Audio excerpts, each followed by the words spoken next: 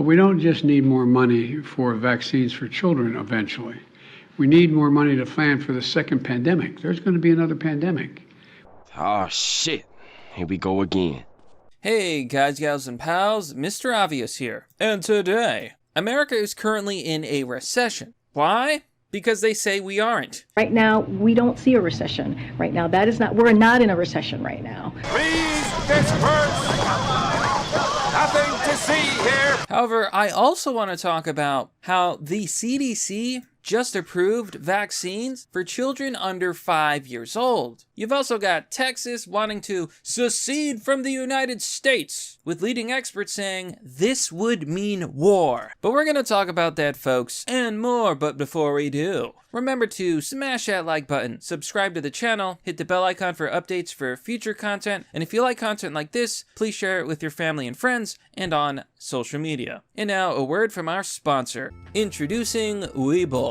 Webull is a trading app where you can buy and sell stocks and cryptocurrency. Open a Webull account today and deposit any amount of money, even $1, and you could get up to 6 free stocks worth up to $9,000. My friends, it's basically free money. So download the app, install Webull, deposit a few bucks, and you're gonna get those free stocks, my friends. Join Webull today by clicking the affiliate link down below.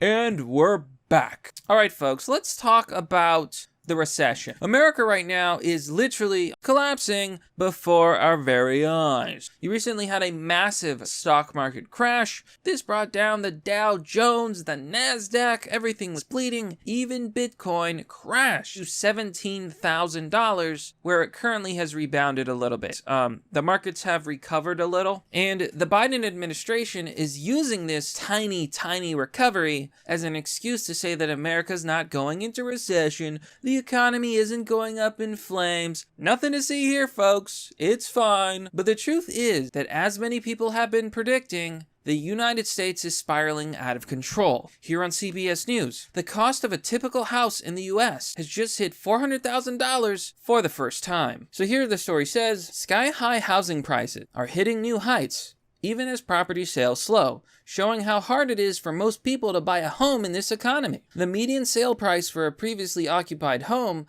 rose to $407,600. In May, the National Association of Realtors said on Tuesday that's nearly a 15% jump from the previous year. Folks, I was actually doing a little bit of research, and you know what I found? In 1985, you could buy a house and pay it off in 5 years. What the fuck? It is just absolutely shocking. And today, if you buy a house, you're gonna get a 30-year loan. So in 1985, pay off the house in 5 years, you're good. American dream. White picket fence, wife, family, 2 kids, a car, another car, and you know what? Screw it. An extra dog. In 2022, you're gonna live in the cuck pod. You're going to eat the bugs, you won't have a car, you will own nothing, and you will be happy. I want to bring you to the following story. Here on CNN, Biden is expected to back a federal gas tax holiday as he ramps up his criticism of the oil industry amid soaring prices. Now, this is a story that rather exemplifies just how bad a job the Biden administration and the Democrats are actually doing. So, Biden's idea is to pause federal taxes on oil. On average, this would save you about 18.4 cents per gallon. This honestly would not change the price of gasoline very much. More importantly, this shows you just how out of touch Biden really is. Here the story says, Biden has made Russia's war in Ukraine his top scapegoat for climbing gas prices, but has also called out oil and gas companies, saying they aren't doing enough to bring down costs, and accusing them of profiting off the war. He repeated some of those arguments on Tuesday, saying, the country needs more refining capacity. He said, quote, this idea that we don't have oil to drill and to bring up is simply not true, he said. This piece of the Republicans talking about Biden shut down fields. Wrong. We ought to be able to work something out whereby they're able to increase refining capacity and still not give up on transitioning to renewable energy. They're both within the realm of possibility.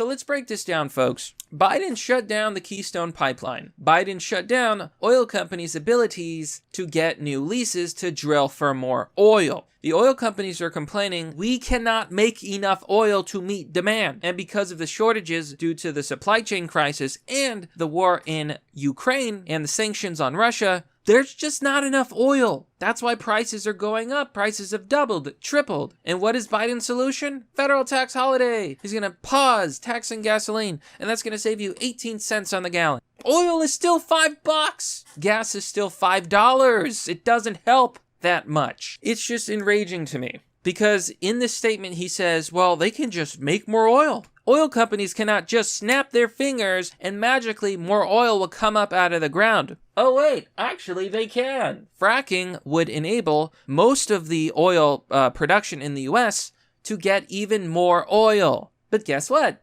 Biden banned fracking too.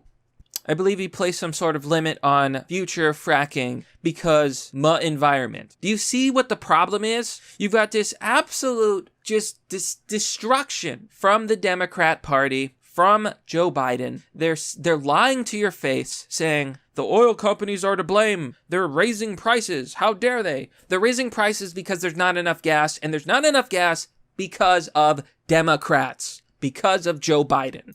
Here on Business Insider, you've got the Target CEO saying Biden's gas holiday would only fuel the demand without fixing any supply problems. Yes, in economics, you've got supply and demand. There's not enough gas, so the price of gas is going up. And this is the problem. Biden could do his little tax holiday and it's going to bring down prices 18 cents, but actually it's not. Because if prices go down, more people are going to want to buy gas, which drives demand up. The supply's the same, so at the end of the day, nothing changes. The prices are still going to go up. In fact, they may even go more up because more people are going to want to buy gas. Imagine if they made a federal law that said that gasoline had to be $3 a gallon. Everyone would rush to buy gas. Everyone. 1/3 of the population would buy up all the gas, and guess what? There would be no more gas left for anybody else. This is basic economics.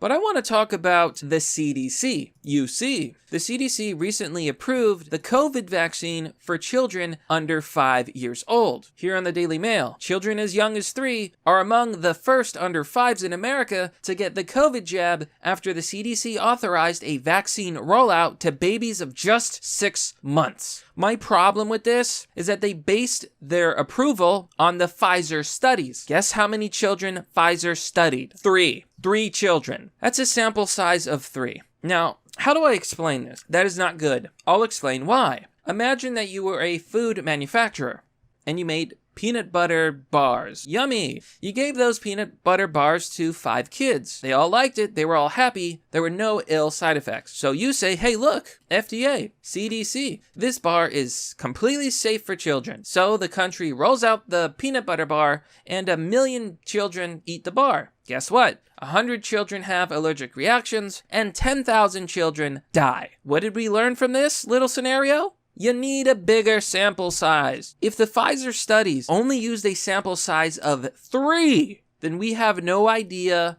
what the potential consequences may be. And my friends, I think that's a very, very big problem. So when I see Joe Biden bragging that the United States is the only country in the world that's vaccinating under 5-year-olds and toddlers, I seriously have to worry. Maybe there's a reason that other countries are not doing the same thing.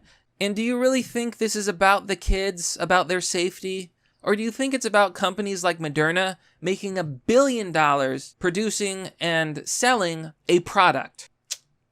Well, call me black-pilled, call me unoptimistic, but in my opinion, this is just about money, and that's all it is. And this, of course, brings us to the last story of the day. Here on Newsweek, Texas seceding from the United States would mean war, according to a law expert. You probably heard about this story, but recently, Texas declared that Joe Biden's election was illegitimate. Quite a shocking headline from Texas. And basically, they're going to hold a referendum deciding if Texas is going to secede from the U.S. Now, personally, I kind of like the idea. Texas becoming its own independent state, but a lot of people are talking about this in the terms of civil war, civil strife, and conflict. Many people are saying that if the United States were ever to try a peaceful divorce where red states break up into their own country, blue states break up into their own country, that it would lead to civil war and just war in general. However, if the country remains together and the right and the left continue to fight each other and become further and further apart, it will probably lead to civil war. Do you see the irony? No matter what we do, it feels like we're just at this point in history where there's just no avoiding it. It just seems like the conflict is already here. Now here's the problem. According to Newsweek, a case following the Civil War made it clear that states seceding from the United States is an unlikely and untenable scenario. In 1868's Texas versus White decision, the court after leaving the Union can only happen through one of two ways. Quote, revolution or, quote, consent of the states. Basically, what they're saying is that in order for Texas to leave the Union, the other 49 states would have to agree that they can leave. This is most likely never going to happen. However, the other one is a little bit more interesting. It says revolution. What does that mean? Well, folks, it means civil war. The meme of all memes. I don't think it's a meme anymore. I mean, can you look at the world right now? Look at the United States.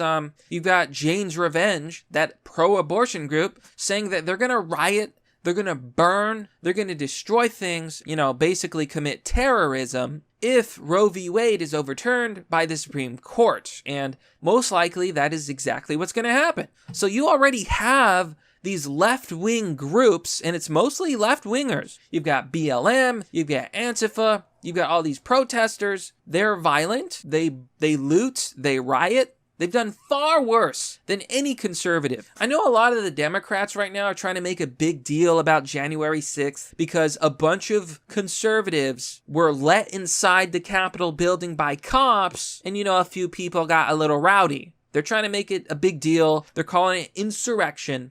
What about BLM's insurrection? What about when they burned down entire cities? What about Jane's Revenge? What's going to happen when they burn down cities? What about left-wingers themselves? Time and time again, they've attacked the Capitol before. Did people forget about that? Like they tried to burn down government buildings and nobody cared? This is exactly what I'm talking about.